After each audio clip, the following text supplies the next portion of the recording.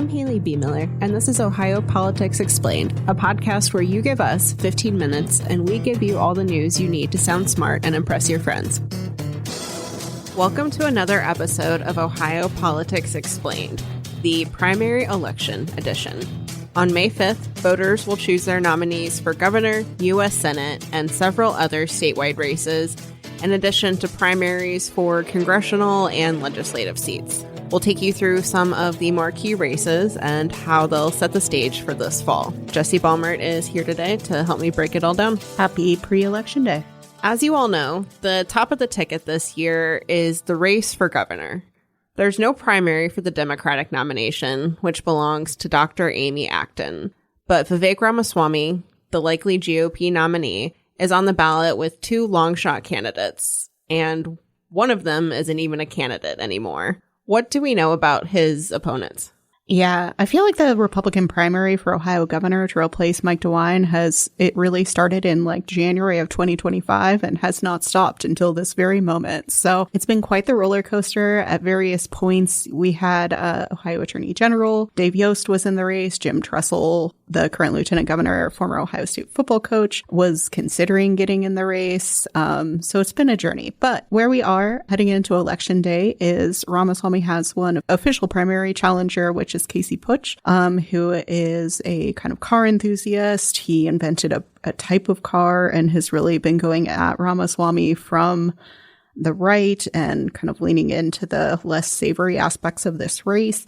And then Heather Hill from Morgan County, a former school board member, was signed up to be in this race, but had a fight with her running mate, and the running mate got out of the race, which ended her campaign effectively. I just learned when all this happened and find it crazy that your running mate can completely derail your campaign if they choose to. Yeah, it's you want to choose that person pretty wisely. But Ohio election law basically says that if you make a change within 70 days of the election, unless the person has passed away, you can't do that and the votes don't count. That's so interesting. And it's worth noting that Hill will still be on the ballot because all of this unfolded after early voting had started, but any votes for her and her running mate will not count, right? That's how it's going to work. So Hill and even Putsch are considered long shot candidates. Ramaswamy has really had this primary tied up from the beginning. But the results could forecast how he'll fare among Republicans in the November election. Is there anything you're going to be looking out for? Yeah, I'm really interested, how much does Ramaswamy win this primary by? Does it show strength? Does it show he has a lot of grassroots support? Is he winning outside of the large cities and kind of all across the state? Those are the things you want to look for.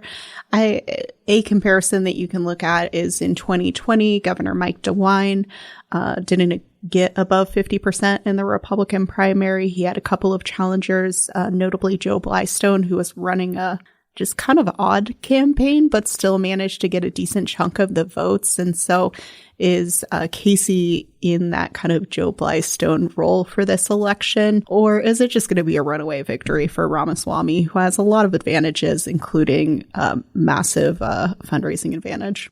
And we never know how things are going to work out in any election, but it's entirely possible that even if there are folks who vote for Putsch or stay home who don't vote for Ramaswamy in the primary, in the DeWine race, for example, and in other elections like this, we often see, the Republicans eventually come home, even if their first choice on the primary ballot doesn't make it to the fall. Now, of course, like I said, anything can happen, but that is something that we've seen before.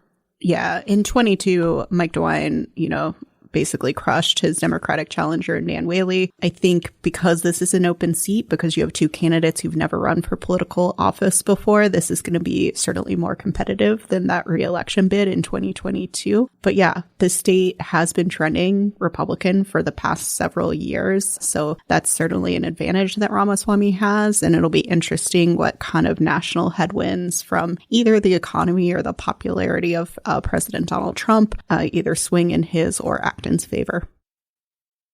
Now, governor is not the only job on the ballot this year. All of Ohio's statewide officials are term limited, so their positions are up for grabs. And we have competitive primaries in the races for Secretary of State, Treasurer, Attorney General, and the Ohio Supreme Court. There's also a Democratic primary in the U.S. Senate race, but former Senator Sherrod Brown is heavily favored to win that one. I want to turn to the treasurer's race for a moment because it's just very interesting. Treasurer is a boring job if done correctly, but this primary is pretty heated. Give us the lay of the land.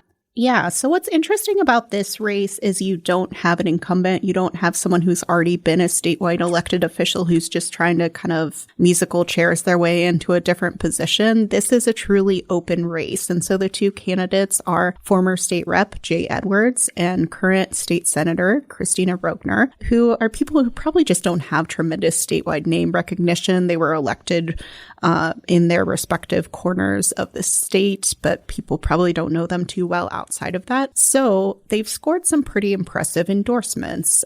Jay Edwards is being endorsed by Vice President J.D. Vance and Ohio Senator Bernie Moreno. And then Rogner has the endorsement of Vivek Ramaswamy, the Republican, likely GOP nominee for governor, as well as the top Republican lawmakers at the state house. And so while these candidates themselves might not be well known, their backers certainly are. Yeah, and it was honestly so crazy to me that Vance weighed in on a state treasurer race. Of course, Vance is an Ohio guy. He's very close to a lot of current and former elected officials in Ohio, but it's just not something you see every day, a vice president endorsing in a race like this. And on the flip side, we saw some recent polling from Bowling Green State University about the upcoming elections, and beyond the governor's race and to some degree the Senate race, voters have no idea who a lot of these candidates are. Yeah, in this treasurer's race in particular, it could come down to just like who runs an ad that more people see, or maybe which person has a better ballot name. Certainly, Christina Rogner has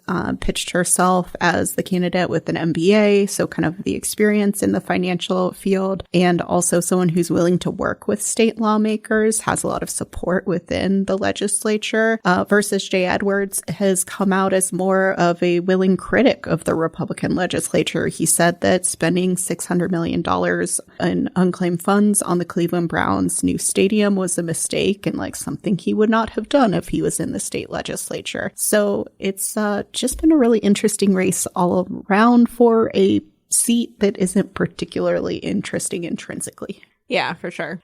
Another race I know I'll be watching is Secretary of State. There are primaries on both sides of the aisle that each feature a current elected official and a political outsider. But the Democratic race seems a lot more competitive. Representative Allison Russo, who served as House Minority Leader, is facing Cincinnati Dr. Brian Hambly.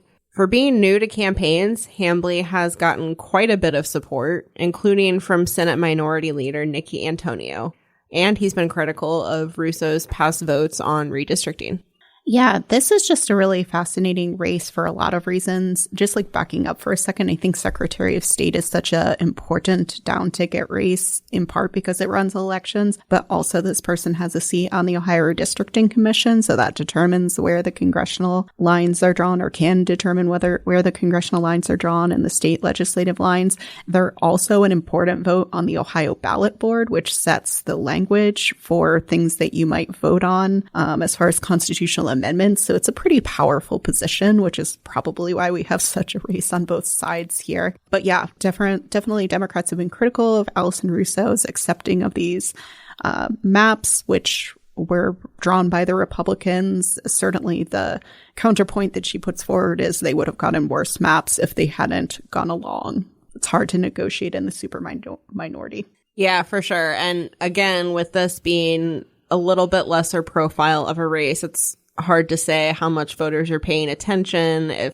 they're really plugged into things like how Russo voted on congressional maps a few years ago, but definitely an interesting dynamic. There's a similar vibe on the Republican side. You have Treasurer Robert Sprague running against Marcel Stripsch. He's a former Air Force officer. He's really leaning into that kind of political outsider brand and because of that, we're seeing, I think, Sprague maybe tout some positions that even current Secretary of State Frank LaRose doesn't necessarily support. Sprague has been critical of mail-in voting, as has his opponent, but it's an interesting posture for a Republican in Ohio to take when, you know, current GOP leadership is very fond of Ohio's election system.